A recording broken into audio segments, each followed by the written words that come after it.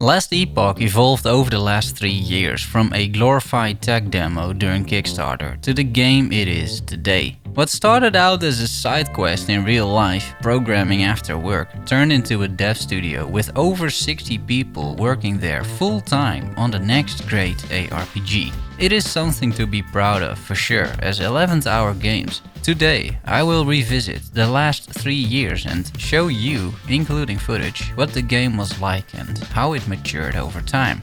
A small disclaimer: to keep the video length somewhat reasonable, I'm not including any balancing changes, whether it is to enemies, skills or passives or systems. I'm not including uniques and set items, as these were released every patch.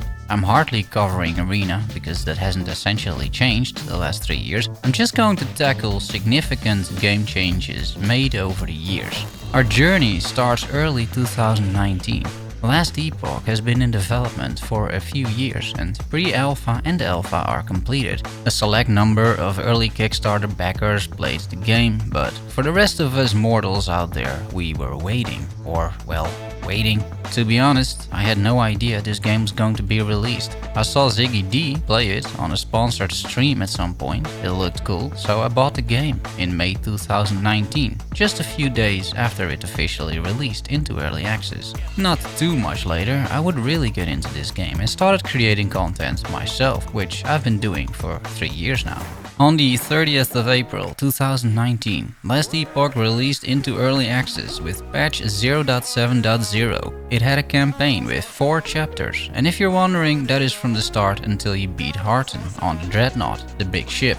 A brand new endgame system got released, the Monolith of Fate, with the patch notes indicating this is an early version of the monolith and more features will be added later. Promises, something you see many devs do in early access, but as we will find out over the course of this video, 11th hour games doesn't make empty promises. Another endgame system does exist within Last Epoch. It is the Arena, which already existed in Alpha. Furthermore, smaller changes to skills were made. For example, the Primalist companions got active skills this patch, like the Bear Fear, which later got turned into a taunt, or the Wolf Howl, providing Frenzy. The Primalist got more though compared to closed alpha, because the Druid Mastery got implemented. The Druid forms looked absolutely ridiculous. In particular, the Werebear was just a complete meme and would not get an upgrade for a very long time, but at least it was in the game. The Lich Reaper form was added. That one did look pretty cool. It was another shape-shifting ability.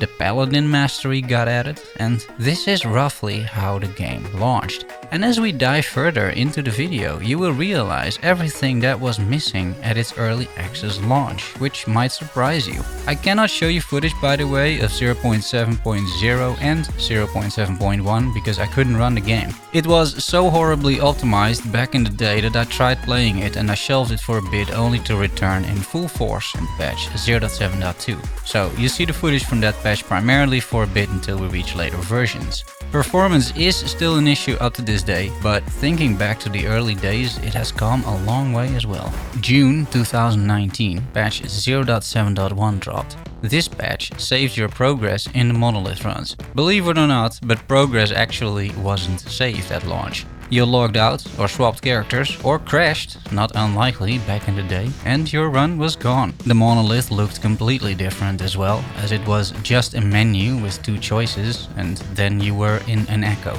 The different timelines would be added much later, and the islands way much later. Some other changes then in this patch: the Acolyte and Primalist got some new armor models, and Aura and Decay and Smite got a specialization tree. You may not realize this, but many skills back then didn't have a specialization tree. The skills were in the game, but their skill trees were not, making them pretty much useless. You'd be foolish to pick those over the ones with a skill tree. Smaller changes include minimap icons for dropped set items and unique items, and several updates to the chat window. As a side note, the chat window over the course of 2019 and well into 2020 was an absolute disaster. You would think, how hard can it be, right, setting up chat functionality? Well, turns out I'm an IT architect actually, and I've sort of specialized in chat and chatbot solutions actually, so I don't have to guess, I know, and you know, it's not that easy, okay? But it's not rocket science either. Being asked about this, game director Judd Kobler called it an adventure, which is a subtle way of describing this. In that adventure, messages wouldn't get delivered, you couldn't whisper, you were kicked out of chat randomly, it didn't show up at all, there were visual bugs, very weird stuff, and the issues lasted at least a year. I would almost call it impressive, but ultimately it did get solved. August 2019, patch 0.7.2 dropped, a very substantial one. It brought skill trees for Avalanche, Rive, Reaper Form, Shatter Strike, Shield Throw, Transplant and Werebear Form. Tempest Strike was added, a cool skill sure, but wouldn't it be cooler if you could actually apply attack speed, dear developers? But you know, on the plus side, Tempest Strike has been a meme since August 2019. Since that time, players have been asking to skill this with attack speed, but still, adding attack speed increases your crit chance instead of your attack speed to the skill. I'm sure this is inventive from a design perspective, but it's also completely useless. Voice acting makes its way into the game with 35 lines of unique dialogue for your characters and several NPCs at key moments in the campaign, which was still only 5 chapters long at this point. That was about to change in September 2019 when patch 0.7.3 dropped, bringing chapter 6. This brought the campaign up to the point of Yulia's Haven, traversing the underground necropolis, following Elric. The devs made respecking a lot easier this patch. Previously you had to reset the entire passive or skill tree, and now it was possible to deduct individual points. A big quality of life change actually. Prices for respecking were also fixed now, where previously it kept ramping up the more you respect. At some point, respecking was so expensive you were better off creating a new character. There's more quality of life, however, as buffs and debuffs are now visible using icons in the UI. It will take some time before they show on enemies as well, but this is definitely a good start. To indicate once more how many skills were still in development, here's a list for added skill trees this patch. Forge Strike, Frenzy Totem, Ring of Shields, Soul Feast, Spriggan Form, Summon Scorpion, Summon Skeleton Mage and Tempest Strike. 9 skill trees. Imagine the build options in this patch all of a sudden. Something that happened as well is that hardcore characters on death converted to softcore. Before that, your character was just completely gone. Imagine that, talking about hardcore. More icons are showing in the minimap, with now portals and minions that got their own icons. The character sheet got a decent update as well, providing more information like crit avoidance, several health gain mechanics, leech mechanics, companion info, debuff info and healing effectiveness info. Before this patch, this information was simply unavailable. November 2019, patch 0.7.4 released. One of the changes was adding a quest to obtain your mastery.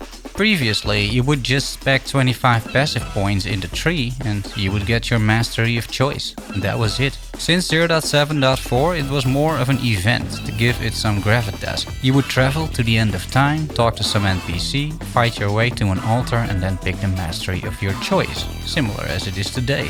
It gave the choice some weight and it was a great addition. The mastery classes would now come with a signature skill that only that mastery could have.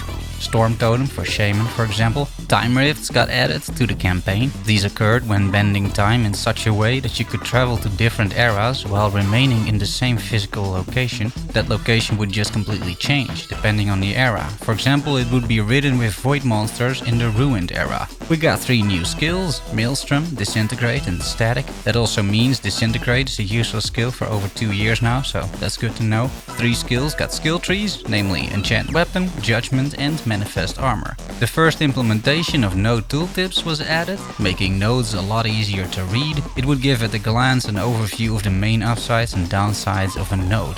This was implemented for Mage and Acolyte at first, but later other classes would follow.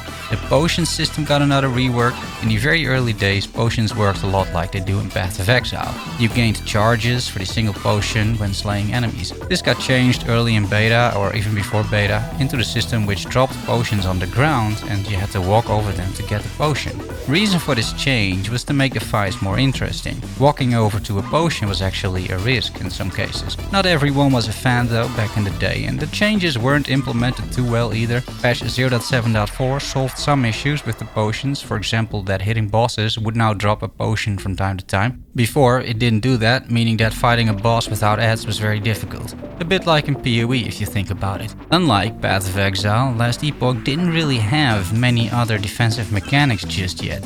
Ward, for example, didn't exist. December 2019, patch 0.7.5 drops, just a month after the previous patch. The development rate, even in early days of development, was absolutely mental. To be fair, this was still the time where several patches released with game-breaking bugs, like players losing their entire stash, campaign zones that were inaccessible so you couldn't complete the story, skills not working, completely busted unintended mechanics that everyone exploited, that sort of thing. Looking back at this, it felt a bit like the good old Wild West. You know, like you see in the movies. It took the devs a while to find a release flow which brought good content, but also relatively bug-free content, or at least patches without glaring game-breaking bugs. The early days were definitely rough, and I lost all my collected uniques in the stash more than once actually. But I didn't really mind that much, I felt it was the risk of early access. Patch 0.7.5 included Chapter 7 of the campaign. This is the part where you face Raya and do quests around Hyperborea, so the fire and ice regions you could say. There were 2 new skills, Earthquake and Flame Ward.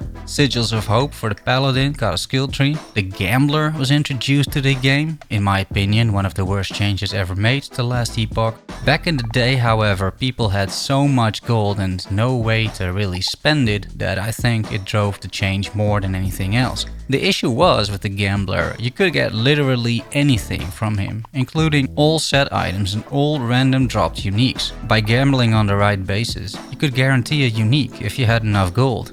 And players like me had millions of gold. Because the stash tabs didn't exist yet, there was no real gold sink. Over time, the Gambler would be nerfed more and more with him not dropping uniques and set items. But that would be a very long time away until that moment was there that the Gambler wasn't the de facto best way to get gear. People spent hours back in the day gambling to deck out their characters, something I refused to do on principle. It was a really bad mechanic and in my opinion it still is. And I'm not against gambling, I mean I adore Path of Exile and we gamble there all the time, now even with Gwennen, but that is different and is limited as well. You need coins and other currency for which you need to do specific content. The devs told me it was never the intention that the Gambler turned into the main way of getting your gear. I think another factor was at play here too, and that is the absence of a loot filter. Yeah, lovely people, we didn't have one. Looting and inventory management was so time consuming that gambling was much more efficient. Continuing with the patch though, staves and catalysts were added to the game as new items. The cursor was redesigned to make it easier to see. Didn't help though. Look at any streamer or YouTuber these days and we're all using YOLO mouse because you just can't see the Last Epoch cursor as soon as there is some action on screen. Still to this day that is an issue. Path of Exile eventually caved under pressure, simply adding a bunch of colorful cursors. I hope Last Epoch does the same. February 2020, patch 0.7.6 drops, introducing idols to the game, inspired by the Diablo 2 charm system. This was huge, although not everyone realized it yet. Idols would become a new way to differentiate between builds, and over time got more interesting and more powerful, having very strong affixes on them. At the time, which was well before the game added class-specific affixes, the idols had some of the most powerful affixes available in the game. They were rare, but once you found a few good ones, your build would skyrocket. Left mouse button movement and skill binding was added. This meant you could now bind a skill to the left mouse button, which was very useful. And talking about useful, you could now walk through your own minions. Previously, they would body block you. Oh boy, and I played necromancers, you know, I got killed so many times by that shit. A buyback mechanic was added, allowing you to buy back stuff from the vendor.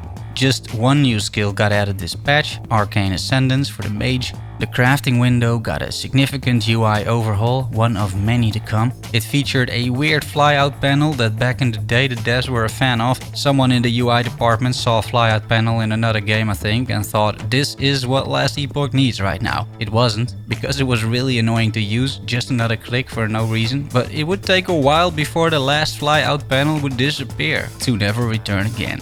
March 2020, just 1 month later, patch 0.7.7 dropped. This patch introduced shrines into the game, providing buffs, loot, gold, scorpions, allied ice beetles and sometimes even a unique. Effects would last across zones, making shrines much more potent. The gold shrine would receive buffs every single patch from now on, all the way up to 0.8.4, and it is finally in a decent place 2 years later. Character introductions were more modernized, with a small cinematic and background story for each class. But the biggest change this patch was a massive graphical overhaul. The devs went through each and every zone available at the time and made the lighting and volumetric effects so much better. The difference was enormous, and after patch 0.7.7, Last Epoch felt like a different game graphically. Some people still say it looks dated, and I think that might be because of some flat textures and bleaker colors, but overall I feel the game looks good, especially on higher settings. 2 new skills were added, Drain Life for the Lich and Smelter's Wrath for the Forge Guard. 2 skills got a skill tree, Anomaly and the Terra's Blessing. Adaptive spell damage makes its way into the game, providing flat-based spell damage to spells, adapting to the damage type. Adaptive spell damage on Earthquake, for example, would provide physical spell damage, while adaptive damage with Lightning Blast would provide flat lightning damage.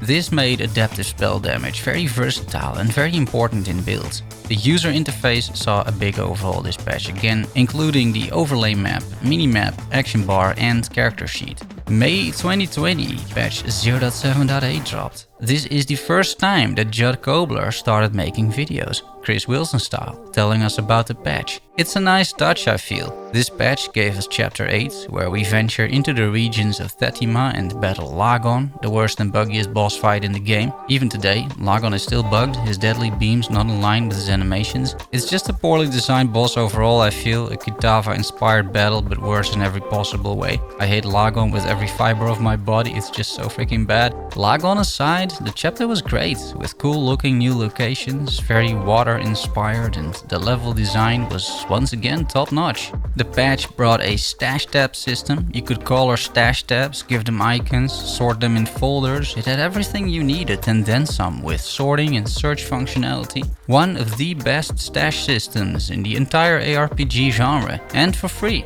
Well, for the box price of $35, but still. The game guide was implemented, bringing an extensive explanation on various game mechanics, items, crafting and combat mechanics. An amazing resource for anyone wanting a better understanding of the game, and basically the best info source out there, because the wiki is hopelessly outdated. You can think of the game guide as an in-game wiki, and up to this day it has most of the information you want. 3 new skills were added, Death Seal, Spirit Plague and Ice Barrage. The latter was underwhelming, but Death Seal was so potent that it had to be nerfed for the next half year. It completely trivialized the entire new campaign, and boy was it fun to use. Class-specific items entered the gear section, bringing strong affixes with them. Each class could now get specific items in the helmet and body armor slots. Relics would follow a little bit later. A massive quality of life change was added, vacuum loot for crafting materials. You would click on one crafting item and now it sucked up all crafting items in a small area. Judd, the savior of our wrists, has done it again. Or, well, I mean, there still wasn't a loot filter, ladies and gentlemen. Imagine that, with all the content being added. It would take 2 more patches until Judd would grace us with a loot filter. It is August 2020, time for patch 0.7.9. This one brought the overhauled Monolith of Fate. The Monolith went from a monotonous grind with very little variation to a full-fledged endgame system with islands and timelines to conquer, several bosses to slay, blessings to unlock which are permanent buffs for your character, and even empowered timelines. Level 100 timelines that truly challenged your builds. What it didn't have yet is the feature of the web and the ever-expanding map. That came much later, but everything else was pretty much there. Exalted items made their way into the game. Previously, you could get only up to tier 5 affixes by crafting, but with the addition of exalted items, sometimes you would drop items with tier 6 or even tier 7 affixes. This loot system revitalized the endgame loot grind and brought it one step closer to where it is today. 3 new skills were added, Assemble Abomination, adding a huge temporary minion to your army. Only in later patches you would have the option to make this a permanent minion. Bone Curse was added, a new curse on enemies, making them take physical damage when hit, and Dread Shade got added, a curse on your minions, letting them take more damage but also massively buffing them. This patch brought big changes to the controller support as well, adding for example auto-targeting enemies, making it a lot easier to play the game, if it targets the enemy you think it does at least. Controller support is often a bit underrated with Last Epoch, but the devs throughout the years have been adamant on making this game playable with the gamepad, and as of 0.8.5, the current patch, it mostly is. Menu navigation is still incredibly wonky, but most of the builds I tried so far can be played with a controller, which is great. I'm using it all the time. Quest icons were added to the minimap, providing significant quality of life. The Sentinel class got a heap of new animations. I'll leave it up to you to judge these if I can find some footage to go along with this. Animations in Last Epoch up to this day are somewhat of a contentious topic. Some people think they look great, others think it needs a lot of work. Another interesting feature in 0.7.9 is temporary resistances on bosses, talking about controversial topics.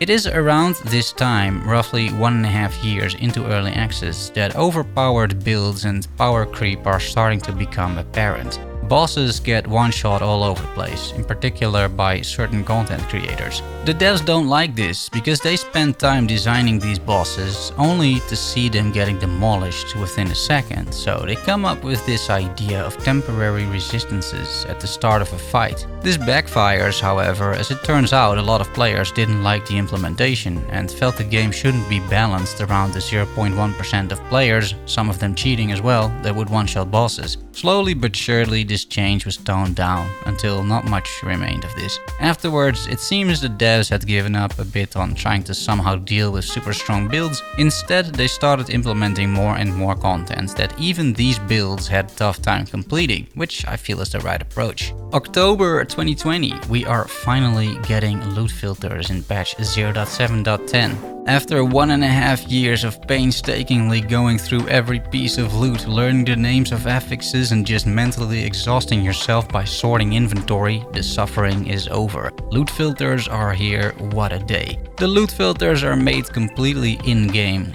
and the import and export functionality is already in the game on its first iteration. It was a huge success. Talking about success in crafting, the critical success was added. Still, at this time, it was possible to fracture your gear, by the way, so crafting was rather punishing overall, but the critical success was a nice feature nonetheless. It meant that you would add an additional tier on success, still very much like it works today. For skills, Firebrand, Infernal Shade and Shield Bash were added. 4 skills were removed: Defile, Ice Ward, Manifest Weapons and Molten Blade. The minimum skill level got implemented, which is a feature that depending on your level gives you a few skill points for free when you respec your skills. It was meant to make respecking during the campaign a bit less punishing, but respecking during the campaign is still very punishing. It is improved of course, but not in a place it should be in my opinion. Temporary resistances for bosses got an update, but still everybody hated it. The patch saw a big defensive overhaul where protections were replaced by resistances. Last Epoch had a super convoluted defense system that very few people understood. Instead of just percentage resistances like, you know,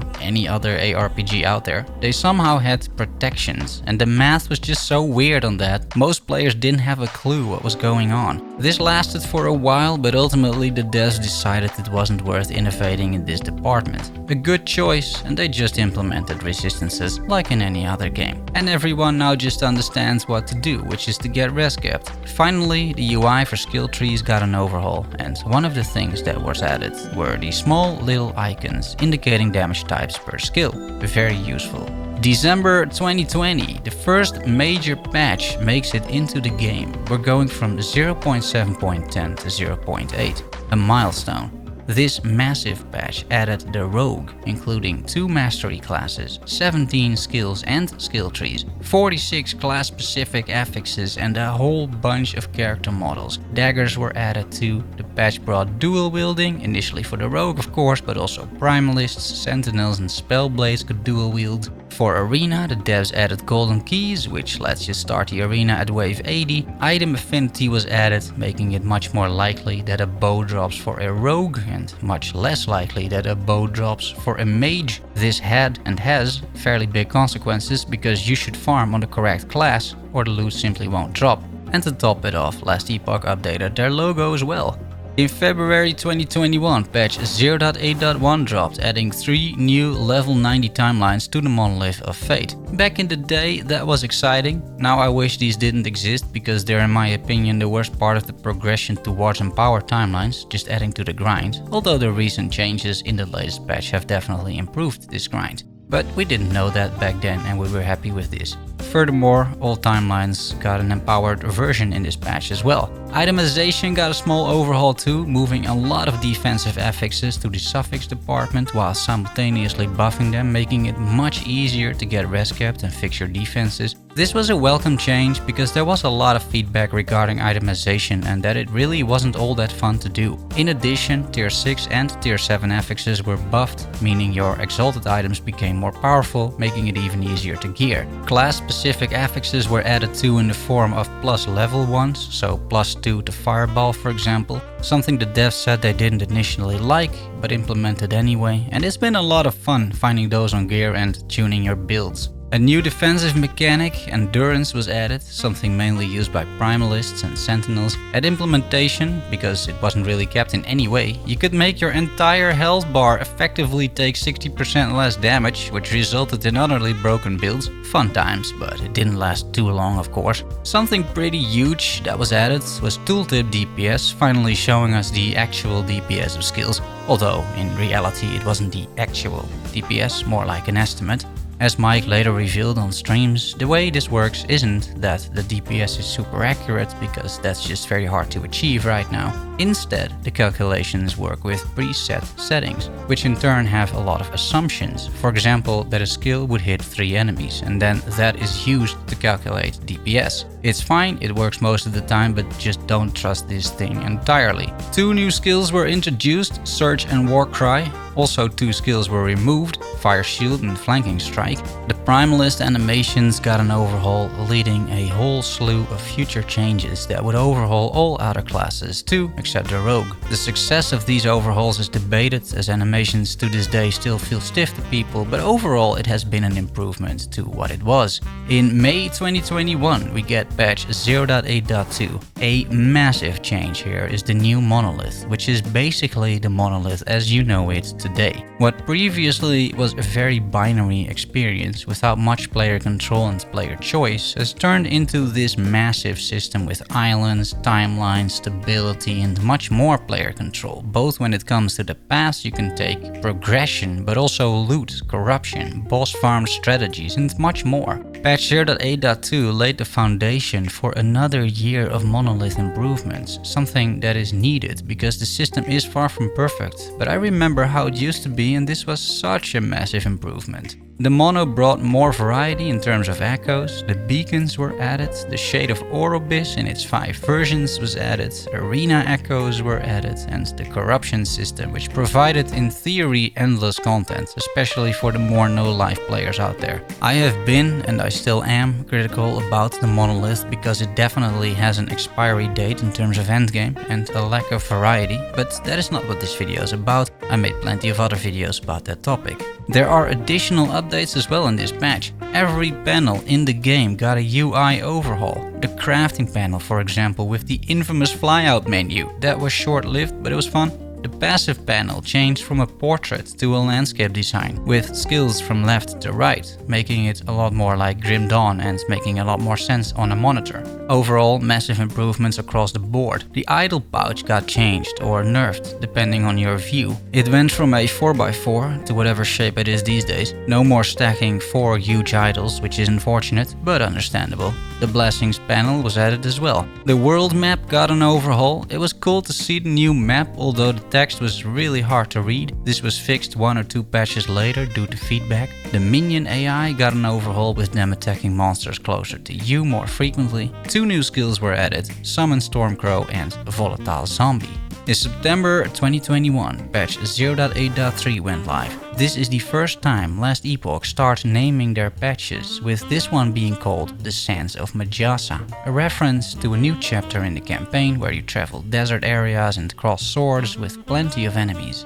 The new chapter had a clear focus on the campaign and it was the most overtuned campaign ever, with entire screens completely filled with enemies collectively nuking you. It was insane how difficult this chapter was, and after completing it once, I never returned here because of all the trauma. The Monolith of Fate got additional improvements. The more corruption you had, the more blessing choices you got. Bonus corruption made its way into the game, kicking in if you had other timelines at higher corruption than the current one. Timeline exclusive rewards were introduced, allowing you to farm more easily for unique gloves, for example, as these would drop more often in certain timelines. 3 new skills were added, Multi-Strike, Javelin and Void Cleave. Meanwhile, various summoner skills like Dreadshade, Summon Wraith and Assemble Abomination were overhaul overhauled as well, because builds existed that summoned almost 100 minions, instantly killing the bosses and your PC. Wraiths in particular were notorious, and after this patch you could only summon 6 by default. The Gambler got nerfed further, now not handing out unique and set items anymore. A very good change for the game, because this was the best source for unique and set items, because you could just gamble on specific bases and get your gear by spending gold. December 2021, we're at patch 0.8.4 called Eternal Legends. One of the main features this patch is the concept of dungeons, randomly generated instances with a boss at the end and a specific gameplay system in place that the devs will expand on in the future. It started out with just one dungeon, the Temporal Sanctum. Using the special dungeon ability, a recurring theme later on, you must navigate the dungeon and make it to the final boss, Julra. Still one of the toughest bosses in the game at tier 4. After killing her, you get access to the Eternity Cache, where you can combine a unique and exalted item into a legendary item, significantly boosting character power. Sticking with crafting for a bit, the regular crafting received a huge overhaul. The devs got rid of the instability system and success percentages and replaced it with forging potential. As long as an item has forging potential, you have a 100% chance of crafting the next upgrade. However, as soon as forging potential runs out, your item cannot be further upgraded.